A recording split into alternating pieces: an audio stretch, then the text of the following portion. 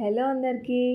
ఎప్పుడు ఒకేలా కాకుండా కొత్తగా ఇంటికి ఎవరైనా రిలేటివ్స్ వచ్చినప్పుడు ఇలా ఒకసారి ఎంతో రుచికరమైన స్వీట్ కార్న్ పాయసం చేయండి.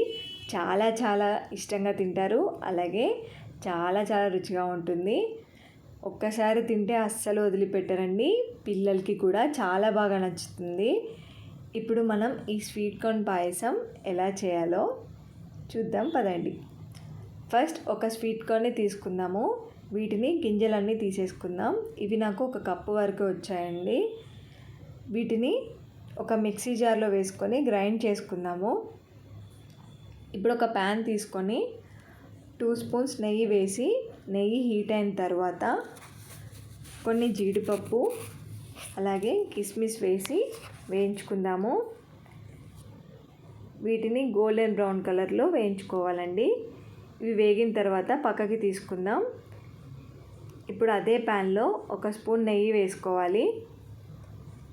ఇప్పుడు మనం ముందు గ్రైండ్ చేసి పెట్టుకున్న స్వీట్ కార్న్ మిశ్రమాన్ని వేసి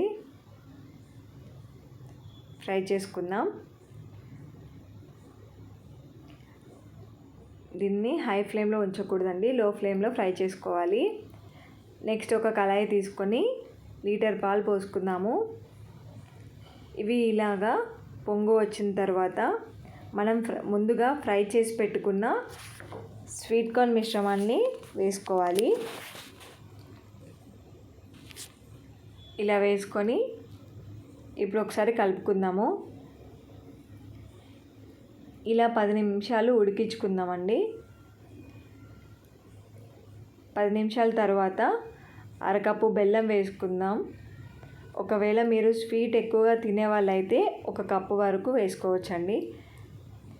ఇప్పుడు ఒకసారి కలుపుకొని 10 నిమిషాలు ఉడికించుకుందాము.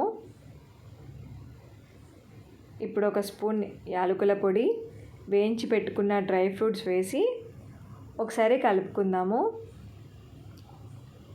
అంతే అండి, ఎంతో రుచికరమైన స్వీట్ కార్న్ పాయసం రెడీ అయిపోయింది. మీరు కూడా తప్పనిసరిగా ట్రై చేయండి. ఎలా ఉందో కామెంట్ చేయండి. అలాగే నా ఛానల్ని సబ్స్క్రైబ్ చేయండి. Thank you for watching.